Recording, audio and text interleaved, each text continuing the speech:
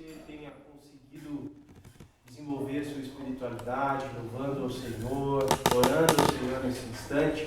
E agora a gente passa para o nosso instante de reflexão nas Sagradas Escrituras. E a gente tem já há algumas semanas refletido na primeira epístola de João.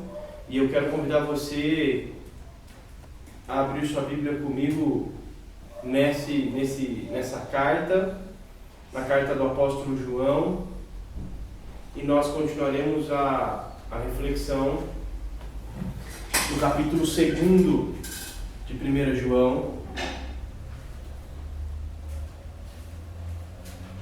Primeira epístola de João, capítulo 2, a partir do versículo 18.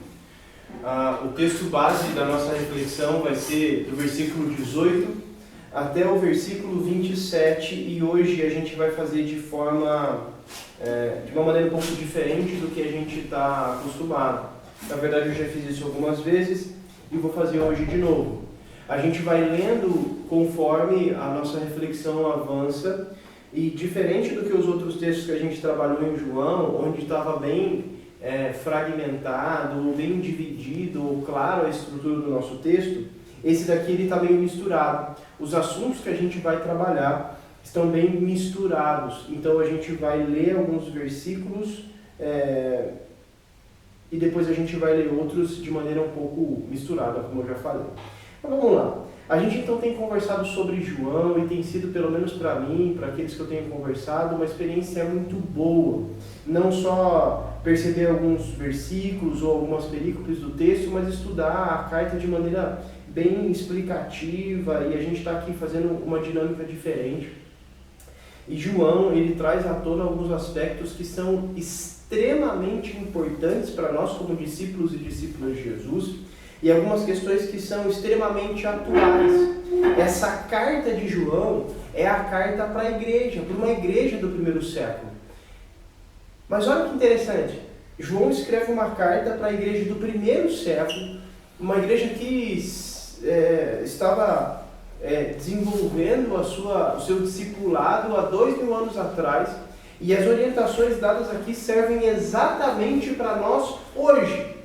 E hoje a gente vai entender um pouquinho sobre aquilo que João está falando, daqueles que são chamados de anticristos, ou existiam pessoas que eram contrárias a Jesus, com algumas percepções de Jesus extremamente falaciosas, mentirosas, e que estavam desviando, estavam tirando o povo de Deus dos caminhos do verdadeiro discipulado. Então a gente vai iniciar a leitura lendo o versículo 18, 19, depois a gente pula para o 22, 23, depois a gente vai para o 26, mas eu vou orientando vocês na leitura. Então, 1 João, capítulo 2, versículo 18, diz assim: Filhinhos, esta é a última hora, e assim como vocês ouviram que o anticristo está vindo, já agora muitos anticristos têm surgido. Por isso, sabemos que esta é a última hora.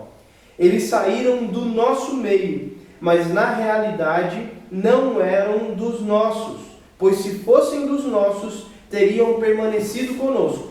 O fato de terem saído mostra que nenhum deles era dos nossos. Versículo 22 agora. Quem é o mentiroso, senão aquele que nega a Jesus? Nega que Jesus é o Cristo. Este é o anticristo, aquele que nega o Pai e o Filho. Todo o que nega o Filho também não tem o Pai. Quem confessa publicamente o Filho tem também o Pai. Versículo 26. Escrevo-lhes estas coisas a respeito daqueles que os querem enganar. Então aqui a gente já percebe o primeiro movimento do texto, que é um movimento talvez um pouco mais difícil de entender do texto, quando a gente não olha para o seu contexto geral e não entende bem essas questões. Mas aqui o texto começa com uma aproximação de João, quando ele chama a comunidade de filhinhos, meus filhinhos amados, queridos, que eu tenho para falar com vocês, vem também num aspecto de amor, num aspecto de alguém que ama vocês do fundo do coração, como um pai ama um filho. Então, filhinhos, prestem atenção no que eu vou dizer para vocês. E ele diz que esta é a última hora, e essa última hora é caracterizada. Desculpa, queridos, a gente está aqui se adaptando a algumas questões. É normal. Vamos lá. Essa última hora é caracterizada pelo fato do anticristo. O anticristo é aquele, então, que, estando no meio do povo, traz à tona a questão que nós estamos vivendo nas últimas horas, ou em outros textos, falando dos últimos dias. E olha só que interessante, a gente não está falando que Jesus vai voltar amanhã, mas a gente também não está falando que não vai. Quando ele traz essa questão da última hora, ou em outros textos bíblicos, dos últimos dias, tem a ver com o período entre a ascensão de Jesus, quando ele então é assunto aos céus e se senta à destra do Pai, até a sua volta. Esse período de tempo entre a sua ascensão e a sua volta prometida é caracterizado então, ou é denominado como os últimos dias, as últimas horas, os últimos momentos. E você vai encontrar isso em diversos textos bíblicos. Mas esses últimos tempos, de acordo com aquilo que João está dizendo, é marcado pela presença dos anticristos. Quem são esses? O nome já fala, anticristo. Aqueles que são contrários a Jesus Cristo, aqueles que são contrários ao verdadeiro ensinamento de Jesus Cristo e tudo aquilo que ele então anunciou e pregou. São aqueles então que o texto nos diz que saíram do meio do povo. Eram aqueles que aprenderam a verdade, conheceram a verdade, mas em determinado momento da sua caminhada, do seu discipulado com Jesus, se renderam a uma mentira. E não só se renderam a essa mentira, mas se propõem então agora a propagar essa mentira. E o versículo 26 que lemos diz claramente, com o intuito de enganar aqueles que estão no caminho correto. Então esse movimento do anticristo caracteriza essas últimas horas, esses últimos dias, e então ele traz à tona a questão da mentira, uma mentira deslavada em relação à pessoa de Jesus Cristo. No início dessa série eu disse que vocês cansariam de me ouvir falar de Jesus. O meu grande interesse nessa série é que Jesus Cristo seja então clareado, esclarecido na mente de vocês, e que vocês então saibam de fato quem é esse Jesus Cristo, quais são os seus atributos intrínsecos, então, e saibam distinguir, discernir mentiras em relação a Ele, mentiras contadas em relação a esse Jesus Cristo. Por isso que a pessoa de Jesus é o grande alvo da nossa reflexão. Daí então você pode estar se perguntando, que mentira é essa que eles contavam? Aqui a gente estava diante de uma mentira que ao longo da história ficou marcada como docentismo. Quando eles entendiam então que Jesus ele tinha a aparência de Deus, mas não era Deus. Docentismo vem da palavra grega dokei, de aparência de fato. Jesus ele parecia com Deus, mas em essência não era. Jesus era homem, por isso que nasceu de uma mulher e então esteve sujeito a tudo isso, e todo o seu poder, toda a sua divindade e santidade tinha a ver com o Espírito que habitava nele. O Espírito que eles denominavam como o Cristo, aquele Messias que eles esperavam, que era o Deus verdadeiro e santo, distinto de Jesus, o homem. Então nós tínhamos duas figuras, Jesus o homem e Jesus Deus, que às vezes se misturavam e às vezes se separavam. Eles dizem até que aquele momento que Jesus diz, Senhor, na cruz, Senhor, por que me abandonaste, Pai? É quando então o Deus, o Cristo, sai de Jesus e ele vira simplesmente homem. Eles entendem que Jesus morreu como homem. Não foi o Deus que morreu na cruz do Calvário, mas foi o homem Jesus. Isso então era uma mentira que estava sendo disseminada e alguns de dentro não só se renderam a essa mentira, mas propagavam essa mentira. Uma dicotomia, uma dissociação daquilo que é santo e daquilo que é humano. Eles então faziam uma distinção do que era da pessoa de Jesus, daquilo que ele fazia como Deus, ou seja, todos os milagres, maravilhas, tudo aquilo que era maravilhoso, extraordinário, não era o Jesus homem, mas era o Jesus Deus. E enquanto Jesus então viveu como homem carnalmente, tudo aquilo que tinha a ver com a sua carne era o Jesus homem, não tinha nada a ver com o Jesus Deus.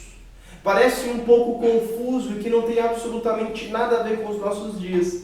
Você nunca ouviu esse termo docentismo, ninguém nunca te ensinou essa doutrina, não tem a igreja doquei ou docentista de Campinas, então você acha que isso não tem nada a ver.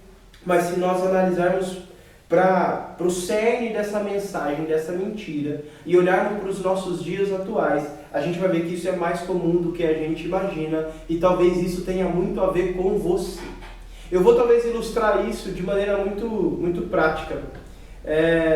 Esses dias estávamos voltando da casa do meu pai, que mora em Paulínia, ali no Tapetão às vezes tem um trânsito, e eu me deparei com um carro com 3 adesivos.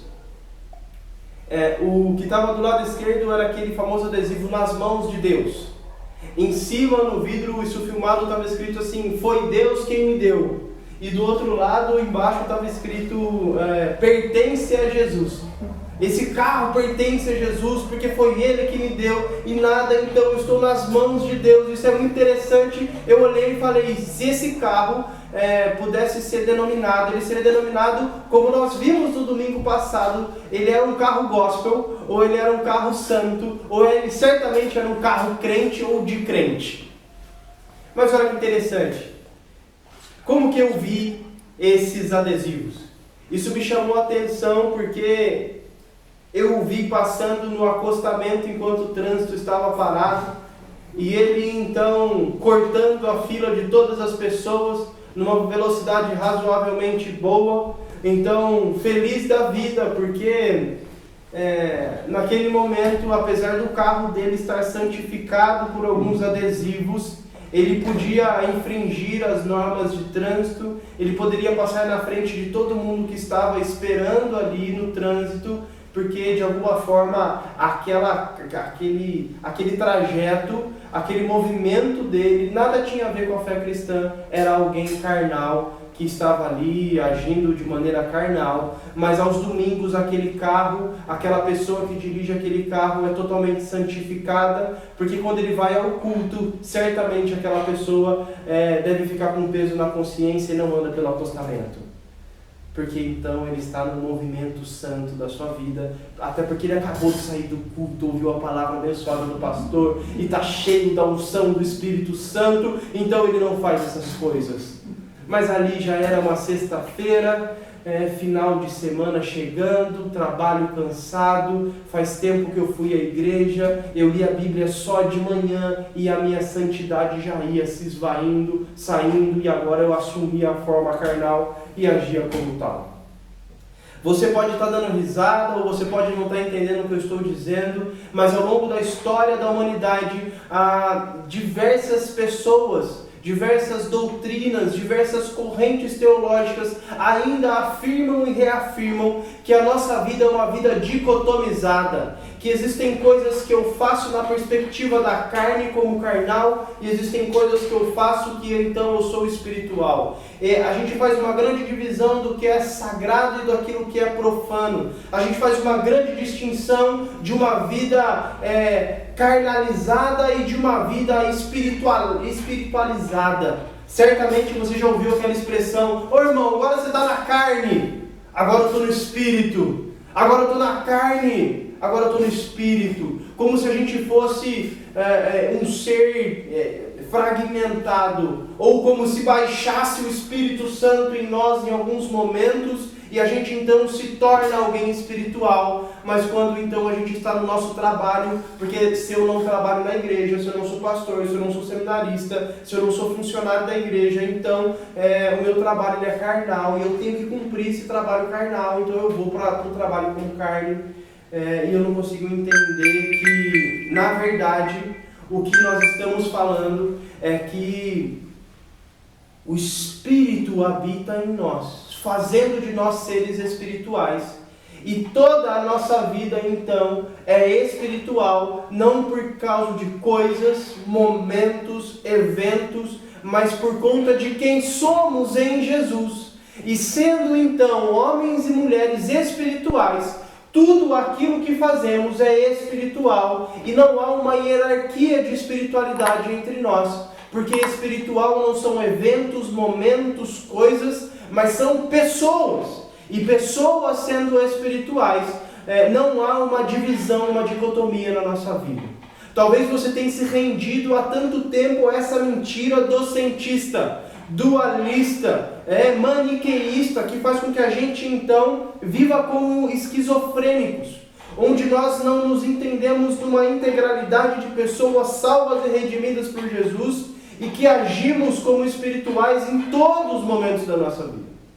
A mentira pregada há milhares de anos atrás, que impactou e enganou muita gente, pode estar te enganando. Não se engane, você no seu trabalho está fazendo coisas espirituais. O seu trabalho, seja como for, que você trabalhe como enfermeiro, como médico, como engenheiro, na área de tecnologia, com limpeza, na cozinha, seja lá como for, no banco, se você está desempregado, se você é dona de casa, não importa, o seu trabalho é tão espiritual quanto o meu, que sou pastor de uma comunidade local e dedico tempo integral para isso. Os seus estudos, mesmo que não seja de teologia, seja engenharia, seja direito, medicina, administração, enfermagem, qualquer curso que você fizer é tão espiritual quanto teologia. Não importa, você no ensino médio, você enquanto está na escola, você enquanto está no trabalho, você enquanto limpa a sua casa, toda atitude, tudo que você faz é espiritual, tal qual o domingo do culto. Tal qual o momento seu de devoção, onde você dobra os seus joelhos, ora ao Senhor e lê a Bíblia, ou no momento que você sai com a sua família, no momento que você está em lazer, no momento que você está no sofá, sentado, assistindo uma série do Netflix em família, sozinho, não importa, as coisas são todas espirituais, porque é você quem faz. Não se renda à mentira de dicotomizar a sua vida entre carnal e espiritual. Viva a integralidade do Evangelho de Jesus. Esse então é o primeiro ponto. O ponto daqueles que são que são contrários a Jesus Cristo. E o problema então é a enganação. E o segundo problema, que talvez seja o mais importante, é porque pessoas que vivem dessa forma não têm Jesus Cristo. Não estão em Jesus Cristo, não entenderam a mensagem do Evangelho e não estão no Pai, não têm o Pai, não têm o caminho do Evangelho, não estão no caminho do Evangelho. Não poderão, nos últimos dias, ouvirem a voz do seu amado dizendo: filhinhos amados de meu Pai, vinde. O que nós estamos dizendo aqui é que se você quiser viver uma vida com significado e que vale a pena ser vivida, aceite, entenda o caminho da integralidade e da rendição total a Jesus Cristo em todas as áreas da sua vida, em todas elas.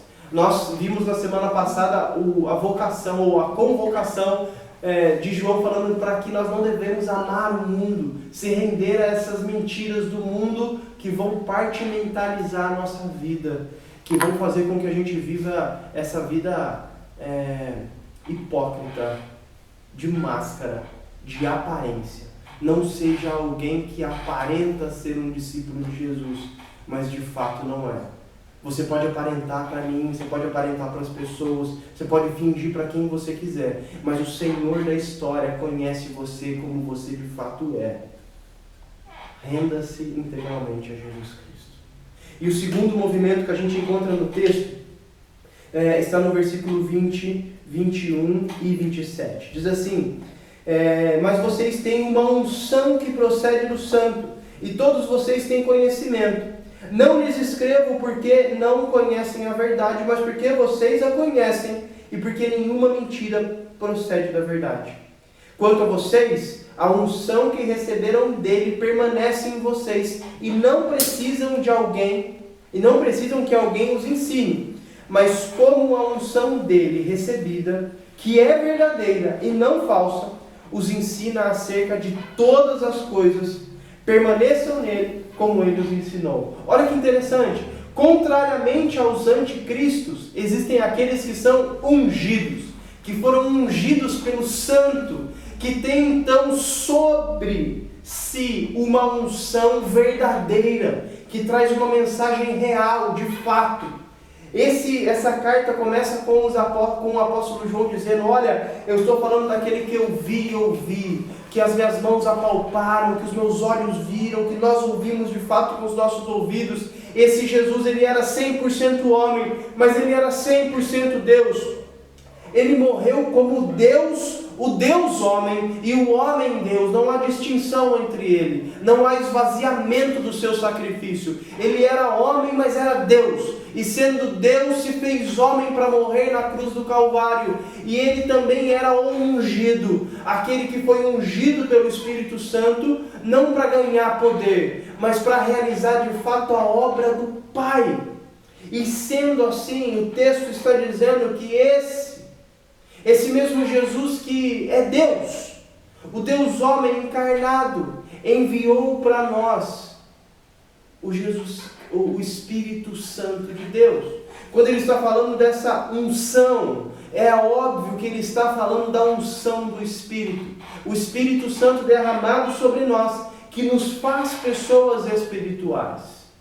E aqui é interessante porque quando então eu falo de uma questão não hipócrita, de uma vida real, eu não quero dizer que você vai conseguir viver uma vida na plenitude da santidade, onde você não vai pensar o que não deve, onde você não vai agir como não deve, mas você vai fazer isso sabendo que está fazendo como uma pessoa espiritual, porque o Espírito Santo habita em você e você está numa caminhada em santidade, você está numa caminhada de transformação, mas o Espírito Santo habita em você e absolutamente tudo que você faz é espiritual.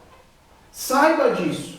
O texto deixa muito claro nesses trechos que lemos que essa é a verdade, que há uma unção sobre nós e nós devemos então agir, viver de acordo com essa unção, com esse Espírito que habita em nós. E para a gente entender bem essa unção, a gente precisa ouvir as palavras do mesmo apóstolo João, mas no seu evangelho, não na carta, quando ele diz no capítulo 14 assim, versículo 23, se alguém me ama, Jesus falando, se alguém me ama, obedecerá a minha palavra, meu Pai me amará, nós viremos a ele, e faremos morada nele. Presta atenção, faremos morada nele. Aquele que não me ama, não obedece às minhas palavras. Essas palavras que vocês estão ouvindo, não são minhas, são de meu Pai que me enviou. Tudo isso lhes tenho dito enquanto ainda estou com vocês.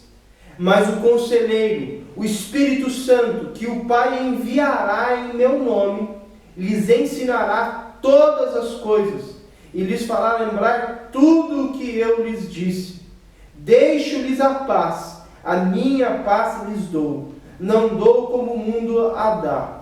Não se turbe o vosso coração, nem tenham medo. O que João está dizendo para nós e é completado em João é que o Espírito Santo de Deus que nos ungiu, o Espírito Santo de Deus que habita em mim e em você nos foi dado pela graça.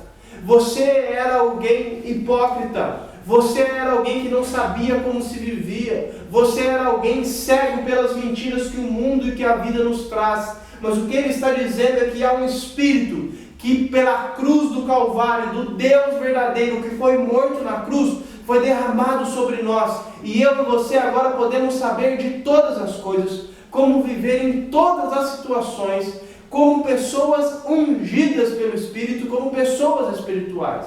Então no teu trabalho, você tem que agir como uma pessoa espiritual, onde o Espírito Santo não só habita em você, mas age em você. E você então ouviu o texto dizendo que é sobre obediência, obedecer aos mandamentos. E obedecer aos mandamentos tem a ver com amar a Deus acima de todas as coisas. E como nós temos visto desde o começo do mês passado, amar a Deus acima de todas as coisas não é só você acordar cedo e ler a Bíblia, ter uma hora de jejum, de oração, seja lá do que for. Isso é extremamente importante para a sua espiritualidade e nós devemos assim fazer.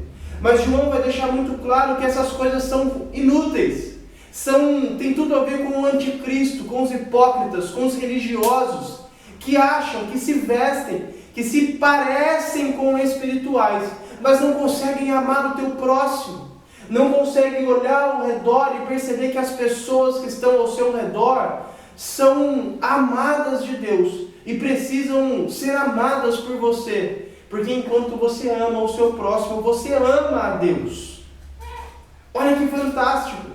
Logo, se você está parado no trânsito e o seu carro está cheio de mensagens de alguém que aparenta ser discípulo ou discípula de Jesus, você tem que entender que a outra pessoa chegou primeiro. Você não precisa cortar fila, você precisa amar o seu próximo. Mas eu estou com pressa, eu estou cansado, está todo mundo. Espera! Ame o seu próximo mais do que a você mesmo. Porque quando você age dessa forma, você honra e ama o seu Senhor e Mestre, Jesus Cristo. Mas eu não consigo, eu sei que você não consegue. É exatamente por isso que o Espírito foi derramado, porque é Ele quem te capacita. Porque é Ele quem testifica a verdade, como você deve agir. E o critério está posto, está claro, não é algo que você tem que buscar. É sempre o amor. Ame acima de todas as coisas.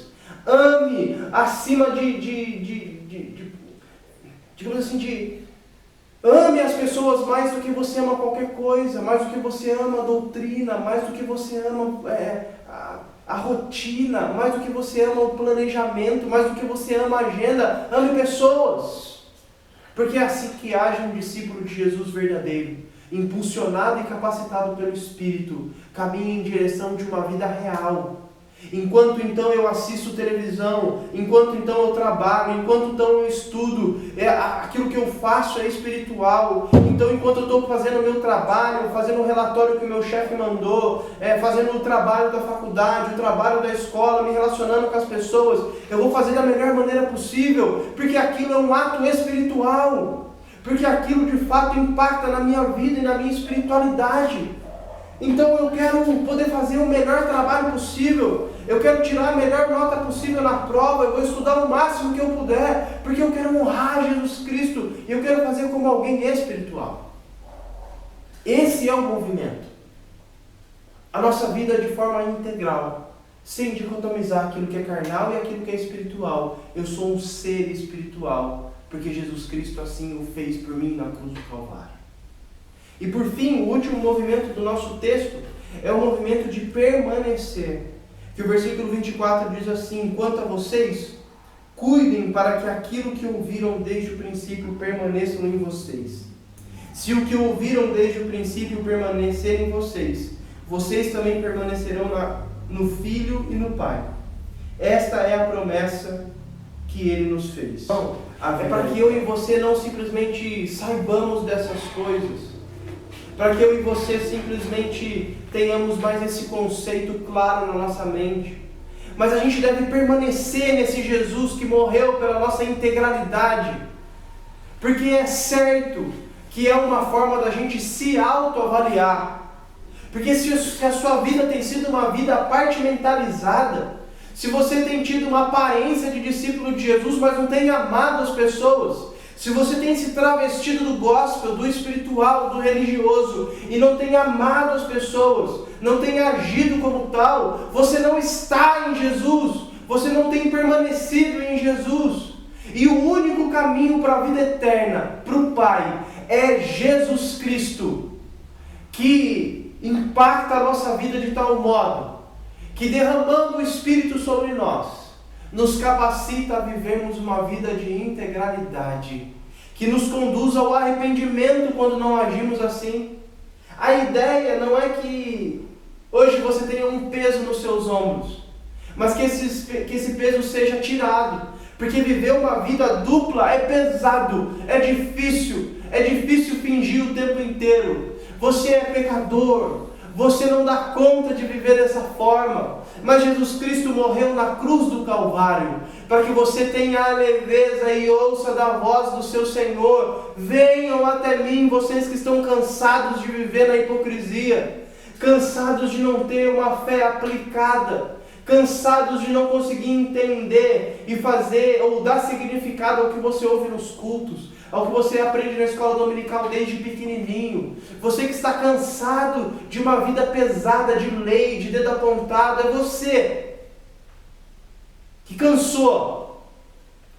Renda-se a Jesus Cristo, porque Ele morreu na cruz do Calvário para você que não poderia, porque Ele não é o Deus fraco, que teve que sair, que teve que se esvaziar para morrer na cruz do Calvário, só o homem.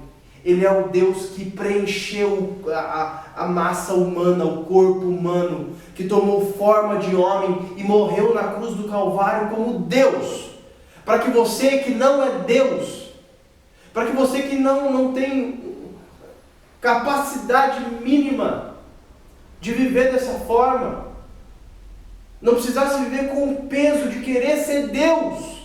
Seja homem, seja mulher, seja humano, compreenda as suas dificuldades, arrependa-se e viva amando as pessoas, enquanto você ama a Deus acima de todas as coisas, e distribua, compartilhe, repartilhe a mensagem salvadora do Evangelho de Jesus por onde você estiver.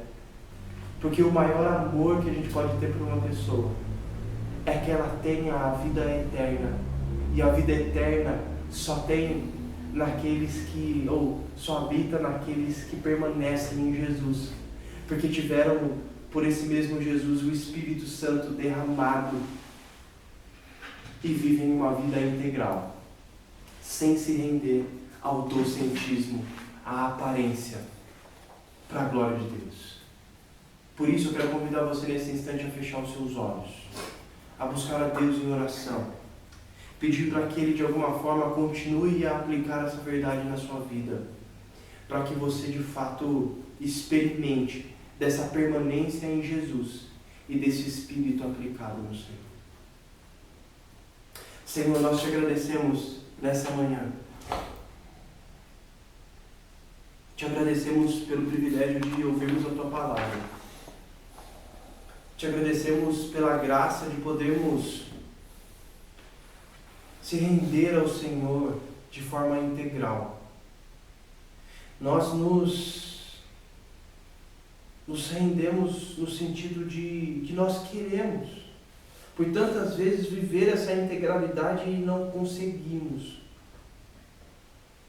Nós nos colocamos diante do Senhor como pessoas, como homens e mulheres, jovens, crianças, que precisam de fato desse Espírito Santo, digamos que ativado em nós. Nós precisamos, nós carecemos às vezes de sentir isso. Não há necessidade, mas nós precisamos. Não há às vezes nos nossos olhos desafios. Não há às vezes nos nossos olhos cor. Mas Deus, em nome de Jesus, abre os nossos olhos e faz com que tudo aquilo que é ao nosso redor está preto e branco. Nosso trabalho, a nossa profissão, os nossos estudos, a nossa família, o nosso casamento, onde nós não conseguimos ver sentido, porque às vezes isso tem aparência de bom, nós fingimos que está tudo bem, que o Senhor traga luz, que o Senhor traga verdade, e que a espiritualidade verdadeira, advinda do Teu Espírito Santo, que nos unge, traga cor, traga uma aquarela de cor nas nossas vidas e encha o nosso coração de amor, de disposição de amar, de coragem para anunciar o Teu Evangelho, Salvador. Nós oramos gratos em nome de Jesus e pedimos a Tua bênção. Amém. Amém. E amém. Que Deus, em nome de Jesus, abençoe sua vida. Que você consiga desenvolver a sua espiritualidade, ungido pelo Espírito Santo e amando o seu próximo onde quer que você esteja. Que você, de fato, consiga se render à integralidade de uma vida espiritual. E que, diante das falhas, você se renda ao arrependimento. E você, então, viva permanentemente em Jesus. Amém? Alguns recados rápidos.